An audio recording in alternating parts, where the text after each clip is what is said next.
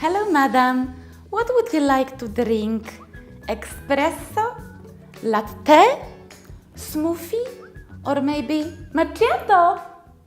Hello and welcome back to Pola Accent Maker, your professional accent coach. Today I've decided to share with you some commonly mispronounced popular words regarding, as you can see, drinks and beverages. I myself decided to turn into barista, bartender or waitress because very often these people don't know how to pronounce correctly names of the drinks that they serve. Very often customers and clients don't know how to pronounce the names of drinks either, and as a result they keep repeating the faulty forms. So now it's time to dispel some myths, explain the difficulties, show you the commonly mispronounced forms and the correct equivalents, and I hope as a result you will know how to pronounce them correctly once and for all. Of course, many of these names are of the Italian origin and some of them are of the French origin. These are the names of coffee or wines. Bear in mind that the original Italian or French pronunciation might be, and most probably will be, different than the one used by native speakers of English, but this is the one that I'd like to show to you, the genuine native-like English form. So, are you ready?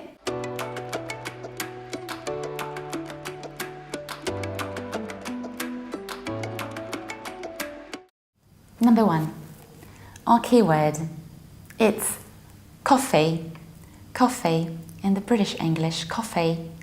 In the American one, you can say coffee as well, but you can also say coffee, coffee with long A. Coffee or cafe. However, the place where we drink coffee is called, and exactly that's the question, how to pronounce it. Café, café, café, café. So in French, we pronounce it like café, but when you want to say it with a British accent, you would say café, café. So what happens? Whenever you have a French ending, E with a very characteristic French accent, in French we call it U accent aigu, then even though in French it's pronounced like a very flat and wide E, in English we pronounce it like A. That's why we wouldn't say café, but we would say café. And right now, depending on the accent, in British accent we say café. So we stress the very first syllable. Why do we do so if in original French language we put the stress on the last syllable, always? That's a very good question. That's simply the way it is. British people have always wanted to make it their way and to do it somehow differently. That's why very often whenever you have words or words of French origin, in British accent we will stress the very first syllable. That's why we would say cafe. But in the American accent, Americans usually have the very same stress as French people, so they say café, café. They still have A instead of I, but the stress goes on the very last syllable. That's why it's café.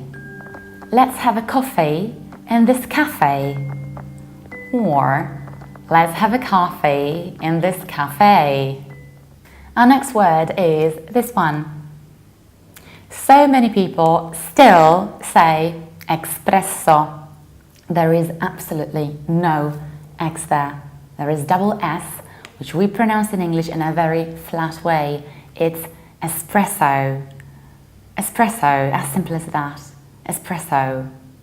Even though in Italian we don't do it, in English we have to round the ending. So it's not espresso or espresso, but it's espresso. Oh, espresso. Our next word is a little bit more difficult one. Unfortunately, still, so many people pronounce it like macchiato. And it is totally wrong because in Italian, whenever you have C followed by CH, you pronounce it like K, not like Ch. It has nothing to do with, for example, German. So that's why, in the British accent, we would say macchiato, macchiato, but in the American accent, we would say macchiato, macchiato. So we have a strong T, macchiato. And please remember, it is not espresso, but espresso, and it's not macchiato, but macchiato. Every time you say macchiato, a little puppy dies. It's macchiato or macchiato. Our next one is this one. How to pronounce it? Latte, latte, latte, latte. So many different forms. I'm usually amazed by people who say latte because I don't know actually what they want to achieve by such pronunciation. Do they think it will make them sound more sophisticated? It reminds me of people who, instead of saying perfect, say perfect. I don't know what kind of language or phonetic system it comes from, because it's perfect, perfect. We stress the first syllable. So why would we say latte? Maybe because they think it sounds French. But in French, if you want to order coffee with milk, you say café au lait. And it's not like olé olé, because it has nothing to do with olé. It's au lait, meaning with milk, café au lait. But in English, it's of course taken directly from Italian language, which of course is still relating to milk. But we would not say latte, and we would pronounce T in a single flat way. As a result, we say latte, latte in British accent. We stress the first syllable and we pronounce final E like A. So analogically, so this is what we did with words of French origin.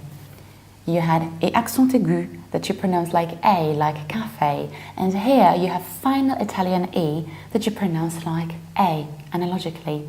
That's why latte and not latte. The super correct British pronunciation is latte, latte, with a very broad la.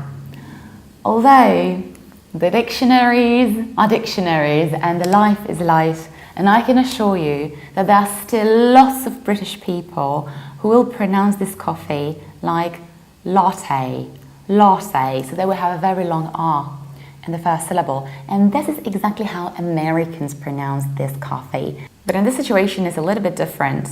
So even though usually Americans have instead of R, here they say latte, latte instead of latte, latte. And British people might say both latte or latte. Another type of coffee, the one that looks very similar. How to pronounce it? I think you've already guessed it. It's frappe, frappe in British accent, frappe. In American accent, we can say frappe, but also we can say frappe, frappe, stressing the second syllable. Why? Because it's a word of French origin. Frapper, en français, means to hit, to knock, to beat. Frappe or frappe. In British accent, we say frappe. And if you wonder why I show off so much about my French, I can assure you that I know a little bit about this language because I studied French philology, so philologie romane, and then I studied 5 years of applied linguistics with French and English, and actually French was my first language. And hence many people ask me if I don't find it confusing that I'm a French speaker myself, and I know that in French we stress the last syllable, like café, parler, chanter, danser. But speaking with a British accent that I usually speak with, I need to switch the stress from the last syllable to the first syllable in words like, for example, café. And isn't it strange for me To some extent it is, but just a little bit, because whenever I speak any language or whenever I speak with any accent, I try to separate these languages and put them into separate boxes, into separate compartments in my head, and I don't mix them. It's called linguistic coordination. The more languages you know, the easier it is. That's why I'd like to warmly encourage you to learn as many languages as you can, even to some small extent, because that surely is going to be helpful. And another one, my favorite one. In Poland, it is smoothie, smoothie, smuffy, but I think mostly smoothie. And it's quite funny because it has nothing to do with the correct pronunciation of this word. In English, and in both accents, we pronounce it like smoothie, smoothie with the like and father, or this, or there, or that. You don't say fafe. So why would you say smoothie? It's smoothie. And I know it's relatively difficult, but then, if you can't pronounce it correctly, then why would you even use it? This is something that is pretty amazing for me, because in Polish we have equivalent of this word, it's simply cocktail. And I find it quite nerve-wracking that whenever I go to order smoothie, and I know how to pronounce it correctly, and then I say, poproszę smoothie mango, and then the bartender says, co pani poprosi? Smoothie. And then I don't know what to say, because should I say tak, smoothie, even though it's incorrect?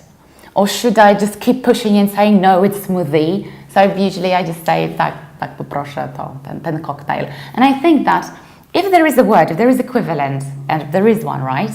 Why wouldn't we use it? If you don't know how to say smoothie correctly, then just say something else instead of repeating this faulty form, because then me and my students, we feel like idiots being put on spot when we actually in fact pronounce this name correctly. So that's why I think that there is a separate place in hell for people who say smoothie and then promote this horrible pronunciation and spread it all over the world. And these people are going to get there. And now let's switch to wines, something a little bit more pleasant than coffee, I would say. So let's start with the most popular one.